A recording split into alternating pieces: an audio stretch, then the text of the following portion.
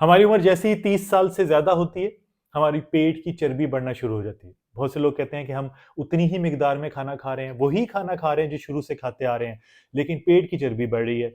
वही एक्सरसाइज कर रहे हैं लेकिन रिजल्ट्स नहीं मिल रहे। तीन वजूहात होती हैं इसकी।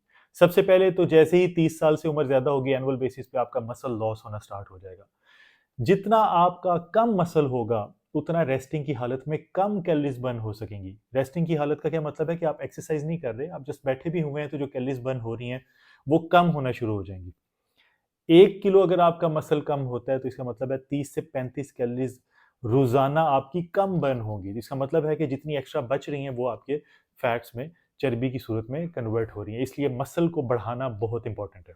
नंबर 2 है कि एनुअल बेसिस पे इंसुलिन की सेंसिटिविटी कम हो जाती है, यानी इंसुलिन की रेजिस्टेंस बढ़ जाती है। वही रोटी, वही चावल, वही फ्रूट्स, वही दालें, वही कार्बोहाइड्रेट्स जो पहले खा रहे होते हैं, अब उनको खाने से आपकी ब्लड ग्लूकोज को ज्यादा स्पाइक मिलती है। आपके पेट के इर्द गिर्द चर्बी ज्यादा तेजी से जमा होती है, बजाय इसके कि वो जिस्म के किसी और हिस्से में जमा हो। और इसी वजह से लोग कंफ्यूज होते हैं कि हम तो सारी जिंदगी बचपन से यही खाना खाते आ रहे हैं, तब कुछ नहीं हुआ, अब क्यों हो रहा है? वो इसीलिए हो रहा है कि 30 साल के बाद आपकी इंसुलिन की सेंसिटिविटी कम हो जाती है। नंबर 3 है हार्मोनल चेंजेस। जैसे ही आप 30 साल के होते हैं, आपका ग्रोथ हार्मोन नीचे आना शुरू हो जाता है, एस्ट्रोजन, टेस्टोस्टेरोन नीचे आना शुरू हो जाता है, कोर्टिसोल जो कि स्ट्रेस हार्मोन है वो बढ़ना शुरू हो जाता है, जिसकी वजह से आपका एब्डोमिनल फैट ज्यादा तेजी से बढ़ता है।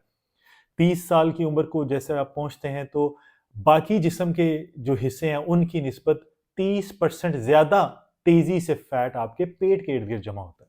ठीक कैसे कर सकते हैं? सबसे पहले तो अपनी प्रोटीन इनटेक को बढ़ाएं। डेली बेसिस पे हर मील के अंदर आपकी प्रोटीन ज्यादा होनी चाहिए। कार्बोहाइड्रेट्स और फाइबर को थोड़ा सा बैलेंस करें। रात को देर से जो खाने की आदत है उसको खत्म कर दें। हर खाने के बाद 10 मिनट की वॉक को लाजमी करें। स्ट्रेंथ ट्रेनिंग करें और उसके साथ कार्डियो करें। आपके 4 से 5 दिन स्ट्रेंथ ट्रेनिंग होनी चाहिए, 1 से 2 दिन आपका बीच में कार्डियो होना चाहिए। और 7 से 8 घंटे की नींद बहुत ज़रूरी है, उसको पूरा करना है। मैग्नीशियम ग्लाइसिनेट और विटामिन डी डेली बेसिस पे लेना शुरू करें।